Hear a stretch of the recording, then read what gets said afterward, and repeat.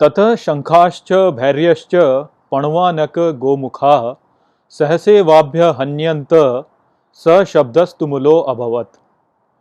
नमस्कार मित्रों, ये जो श्लोक है ये भगवत गीता के पहले अध्याय का 13वां श्लोक है और आज की वीडियो में हम इसी श्लोक को गहराई से समझेंगे। तो चलिए सबसे पहले इसके अर्थ को हम समझते हैं। तो जो श्लोक है वो कहता है ततः शंखाश्च भैर्यश्च, अर्थात तब शंखों और नगाड़ों, पण्वानक गोमुखा और सेना के ढोल और बिगुल, सहसे वाभ्य हन्यंत पूरे उत्साह के साथ बजने लगे, सशब्दास्तुमुलो अभवत, अर्थात सशब्दस्तुमुलो अभवत, अर्थात जिनकी ध्वनि चारों स्थानों पर या सभी स्थानों पर फैल गई। तो ये जो श्लोक है इसका अर्थ इस रूप से देखा जाए तो है कि तब शंखों को, नगाड़ों को और ढोलों को जो सेना उपयोग में लाती है और बिगुलों को, उनको बहुत ही उत्साह के साथ बजाया जाने लगा और उनकी जो ध्वनि है वो पूरे पर्यावरण में या सभी स्थानों पर फैल गई। तो अब आपने जो कल का वीडियो यदि देखा हो तो आप जानते हैं कि यहाँ पर जो वहाँ पर वही होता है कि जो भीष्म पितामह होते हैं वो दुर्योधन का ढाढ़स बढ़ाने के लिए या हर्ष उत्पन्न करने के लिए उसके मन में वो शंख को बजाते हैं, और जब वो शंख को बजाते हैं तो उसके पश्चात फिर चारों ओर सभी लोग शंखों को, नगाड़ों को, ढोलों को या बिगुलों को बजाने लगते हैं। वो इसी श्लोक में यहाँ पे बताया जा रहा है।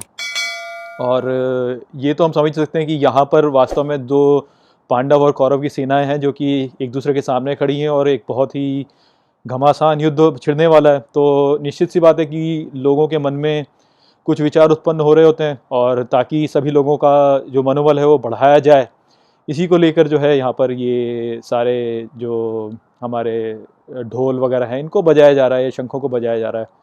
तो ये जो प्रक्रिया है ये सारे संसार में सभी सेनाओं ने इसका उपयोग किया है और इसका उपयोग इसीलिए किया गया क्योंकि जब भी हम कोई ध्वनि सुनते हैं तो उस ध्वनि का प्रभाव हमारे मन पर होता है, जिससे हमारा मन जो होता है वो एक किसी भावना में घुस जाता है। और जब आप इस प्रकार से शंखों को और जो ढोल हैं उनको बजाएंगे तो निश्चित रूप से जो हमारा मन होता है वो उत्तेजित हो जाता है और कार्य करने के लिए तत्पर हो जाता है।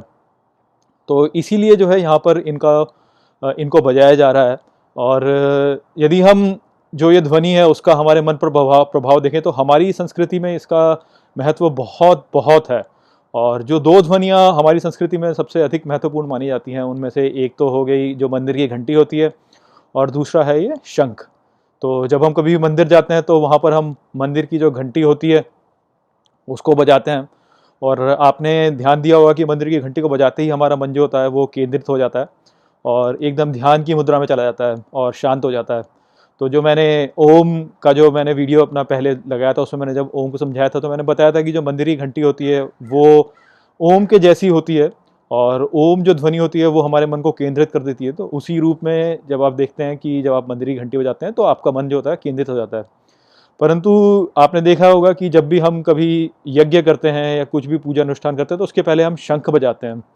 और यदि आप अपने मन पर उस समय ध्यान दें तो आप देख सकते हैं कि जब आप शंख की ध्वनि को सुनते हैं तब भी आपका मन जो होता है वो केंद्रित हो जाता है, परंतु वो एक भिन्न रूप में केंद्रित होता है, वो कार्य करने के रूप में केंद्रित हो जाता है कि आपका मन जो होता है फिर सभी जगहों से हट जाता है और जो कार्य आप कर रहे हैं उस पर केंद्रित होता है। तो यही शंख का महत्व है। और यदि आप शंख की ध्वनि को देखें तो वो ध्वनि भी ओम की ध्वनि से संबंधित है। जिस प्रकार से ओम की ध्वनि होती है वैसे ही शंख की ध्वनि भी होती है, और वो जो ध्वनि होती है वो हमारा मन केंद्रित करती है परंतु वो हमारे मन में उत्साह उत्पन्न करती है। तो अब आगे के श्लोकों में आप देखेंगे कि किस प्रकार से फिर सभी के सभी जो योद्धा थे उन्होंने अपने शंख बजाने लगे। तो वो जो शंख बजा रहे हैं वो इसीलिए बजा रहे हैं क्योंकि अब उनको युद्ध करना है और वो ही कर्म है उनका और वही उनका धर्म है, तो उसी की ओर वो केंद्रित हैं, इस कारण से जो है वो शंख बजाने लगते हैं। अच्छा, एक और बहुत महत्वपूर्ण बात है जो कि हमें समझनी चाहिए वो ये है कि वैसे तो जो मंदिर की घंटी है और जो शंख है वो दोनों ही ओम से संबंधित है, परंतु एक ध्वनि जो होती है वो हमारे को जो है शांत कर देती है, जबकि जो दूसरी ध्वनि होती है वो हमको उत्तेजित कर देती है। तो इससे हमें ये समझना चाहिए कि ओम का संबंध केवल शांति से नहीं है, ओम का संबंध उत्तेजना से भी है। वास्तव में हमारे जीवन में सभी जो चीज़ें हैं उसमें हमें ओम का स्मरण करना चाहिए। और जब हम कुछ भी कर रहे होते हैं तो ओम के द्वारा केंद्रित रूप से करें, भले ही शांत हों, भले ही अपना कार्य करें, कुछ भी करें, केंद्रित रूप से करें, वही यहाँ पे हमें बताया जा रहा है। और ये जो उत्तेजना की भावना होती है या जो शांति की भावना होती है, वो तो हमारा जो मन है वो वैसा ही बनाया गया। जैसे जब आप किसी को कहते हैं कि आप सो जाइए, तो हम ऐसे ही बोलते हैं ना कि सो जाओ, धीरे से बोलते हैं, तो वो एक मंदिर घंटी के रूप में ही वो ध्वनि हो जाती है। वहीं पे यदि हम सबको अपनी ओर बुला रहे हो, अपनी ओर अपना मन का लोगों का ध्यान अपनी ओर आकर्षित करना चाहें, तो हम फिर चिल्लाने लगते हैं, बोलते हैं सुनो सुनो सुनो, तो वो उसमें एक उत्तेजना वाला भाव होता है। ठीक उसी प्रकार से जो मंदिर की घंटी होती है उसमें एक शांति वाला भाव होता है, और जो हमारा जो शंख होता है उसमें एक उत्तेजना वाला भाव होता है। तो भाव तो उसमें भिन्न है, परंतु दोनों में ही ओम उपस्थित है। तो इसी रूप से हमें समझना चाहिए कि ओम जो है वो सभी कुछ है, केवल शांत नहीं है, वो उत्तेजना से भी संबंधित है। तो आशा करता हूँ कि मैंने ये श्लोक आपको अच्छे से समझा दिया होगा। अब आप इस श्लोक को अच्छे से समझ रहे होंगे। चलिए इसी के साथ इस वीडियो को मैं यहीं पे समाप्त करता हूँ। अब हम कल मिलेंगे। नमस्ते।